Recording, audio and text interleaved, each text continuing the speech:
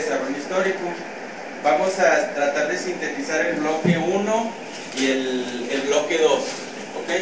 Miren, bloque 1 era la educación en México prehispánico, ¿se acuerdan? El bloque 2 es la educación, la colonia. Pero primero vamos a delimitar cuáles eran los periodos históricos. ¿Usted se acuerda que hicimos una línea del tiempo donde ponemos cuáles son los años correspondientes a cada periodo? ¿Sí? Empezamos con culturas como la olmeca, las aztecas, azteca, etcétera, que lo podemos ubicar aproximadamente desde el año 4000 a.C. hacia el año 1521 después de Cristo. Eso es el México prehispánico, es la época prehispánica, desde ese año hasta 1521 después de Cristo, ¿ok? Donde florecieron todas esas culturas que ya les mencioné. En 1521 empieza una era nueva, una época nueva y un principio de ruptura ahí con la llegada de los españoles. Llegaron los españoles, llegó Hernán Cortés, si ustedes recuerdan, llegó Hernán Cortés mandado por Diego Velázquez a conquistar estas tierras.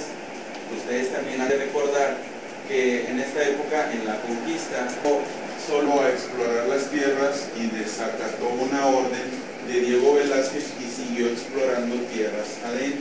Espero que lo recuerden. Llegó hasta el Imperio Azteca y él fue rechazado, por llamarlo, más bien fue una manera, fueron intentos de rechazo donde los indígenas le daban presentes para que se regresara porque tenían miedo, porque pensaban que la profecía de Quetzalcóatl se estaba cumpliendo. Le ayudaron a los españoles algunas culturas como los tlaxcaltecas, que al principio pelearon contra ellos, pero luego se aliaron para entrar al territorio y al imperio azteca.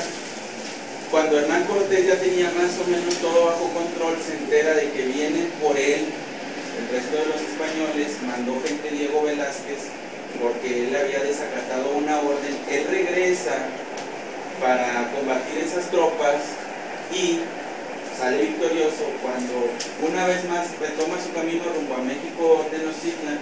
Se encuentra una tragedia, se encuentra mucha matazón de indígenas, de españoles, y se dice que él lloró amargamente abajo de un árbol, tanto por las vidas que se perdieron de los españoles, tanto por las posesiones materiales que ya no iba a tener. Fueron expulsados los españoles de México Tenochtitlan y vuelven y tratan de invadir de nuevo México Tenochtitlan, perdón por repetirlo otra vez, y logran derrotarlos. Recuerden que fue hasta cierto punto algo desleal porque dañaron las entradas al islote para que no tuvieran alimentos, para que no tuvieran pues, los insumos básicos, y los indígenas se dieron por vencidos porque empezaron a enfermarse, dado que estaban los cadáveres ahí, y todas las enfermedades que a lo mejor traían algunos españoles, bacterias y demás, empezaron a propagarse, enfermedades desconocidas para los indígenas, que puede ser viruela, sarampión, etcétera, que para ellos era muy desconocido.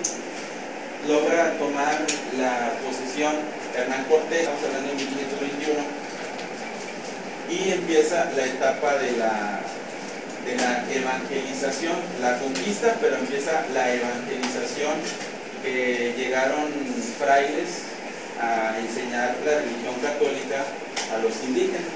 ¿Okay? Es como una especie de línea de tiempo. La época la conquista es en 1521, y con la conquista de 1521 a 1810 empieza otro periodo que es la colonia. ¿Sí? En 1810 acuérdense que se acaba porque empieza el movimiento de independencia. En 1810 a 1821 es el movimiento de independencia, pero bueno, eso lo veremos más adelante. Me regreso en la línea de tiempo porque eso nada más era como que una referencia. La educación que recibían los indígenas, ¿se acuerdan que había fundamentalmente dos escuelas para varones? Que eran el Calmeca y el Telpochcali, ¿sí? El Calmeca, ¿quién iba al Calmeca? Los hijos de los nobles iban al Calmeca, o los hijos de los principales, como le quieran llamar, porque bueno, es que adquirimos ya ese vocablo de llamarle también y se les daba una formación en el Calmeca, en el cual se les enseñaba a dirigir las grandes obras, a ser personas que fueran dirigentes militares, que estaba casi como una escuela para políticos y altos mandos, el Calmeca. Y en Telpochcali iba el resto de la población, los más iguales o el masehualtín, como se dice. En esa escuela pues se les enseñaban los oficios básicos, pero era como quien dice, gente, no propiamente esclavos, sino gente del pueblo para enseñarse en cuestiones básicas artesanales, en cuestiones que la nobleza no iba a realizar, cuestiones productivas, por llamarle de algún modo. En ambos era muy importante la cuestión religiosa, ¿sí? En ambos era muy importante y le daban mucha cabida a todos sus dioses y siempre tenía relación con todas las divinidades que los adoraban. La educación de la mujer, si ustedes recuerdan, pues quedaba muy de lado y eran preparadas las mujeres para poder ser buenas amas de casa, y algunas eran preparadas como sacerdotisas para poder preparar algunos ritos y ceremonias religiosas que ellos realizaban. En ambos, tanto hombres como mujeres, existía y se valían los castigos corporales. Era algo muy socorrido para poder dar algo de disciplina a las personas, así lo pensaban. También dentro de estas mismas costumbres, que ustedes recuerden, que eran muy respetados los ancianos. Los ancianos, la palabra que daban los ancianos era casi palabra de ley y era sumamente respetado. Y había una definición que engloba todo lo que decían los ancianos. Es el huehuetlatoli, se escribe H-Huetlatoli. El huehuetlatoli, que significa la antigua palabra o la palabra de los viejos.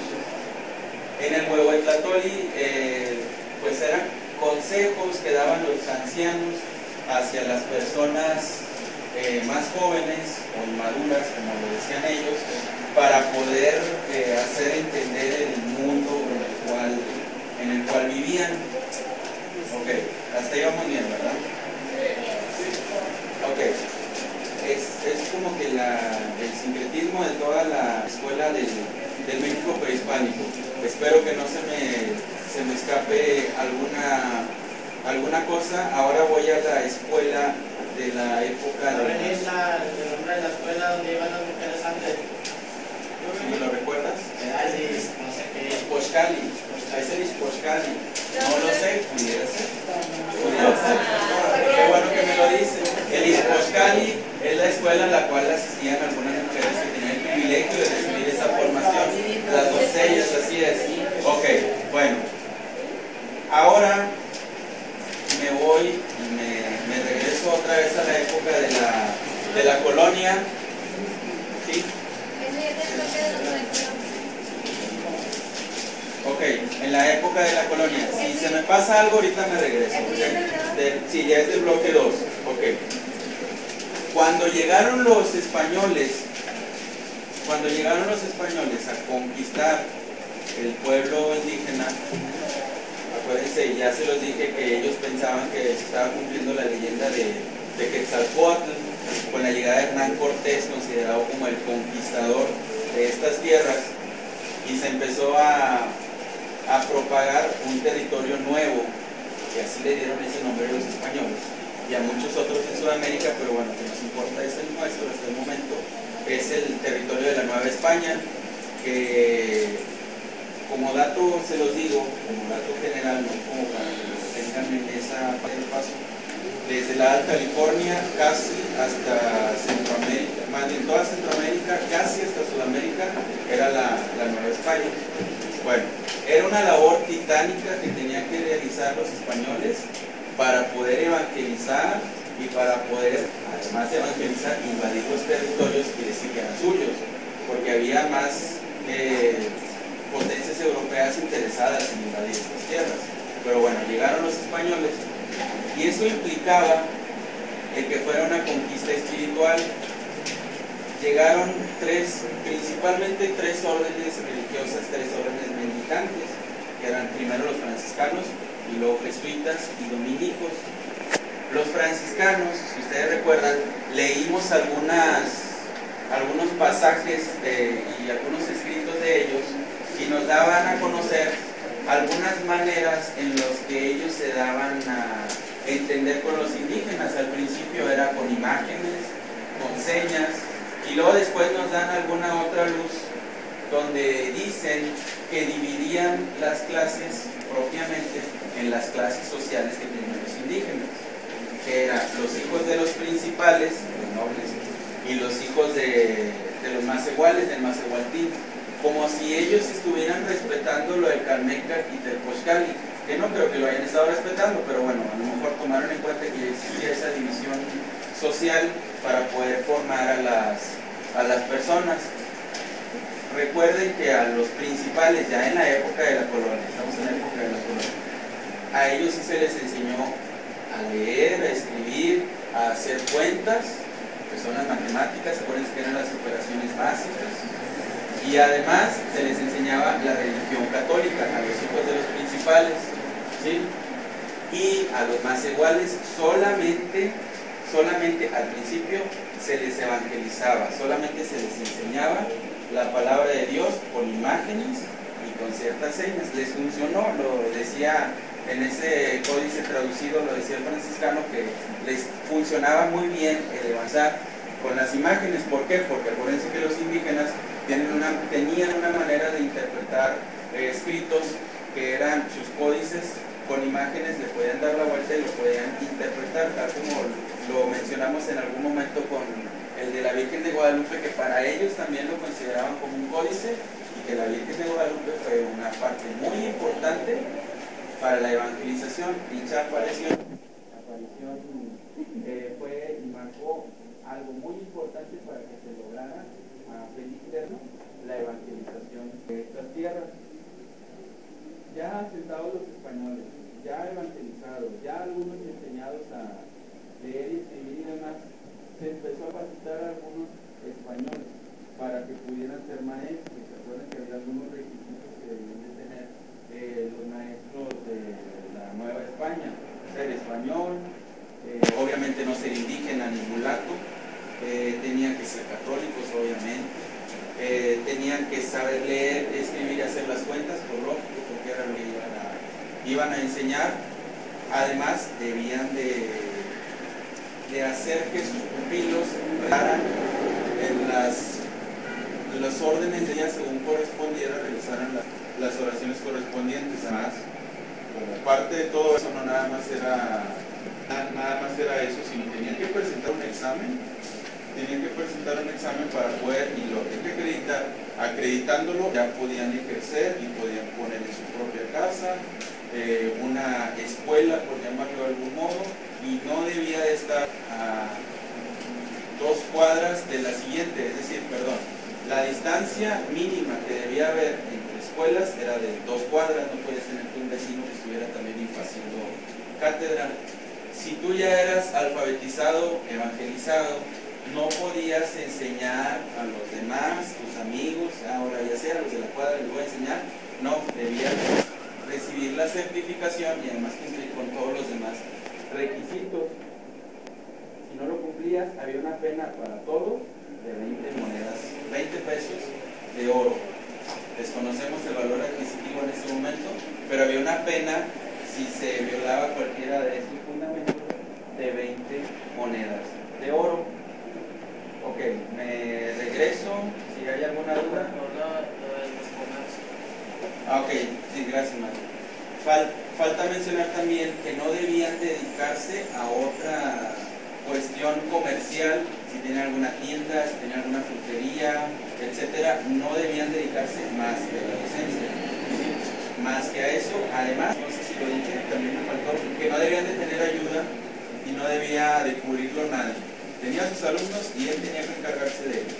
Ya si se enfermaba, pues ya venía el ayuntamiento, si mandaba a alguien más, ya capacitado, preparado, pero no debía de ausentarse y poner a alguien para cubrir. O sea, así cubres, no era algo así tan sencillo y tan simple.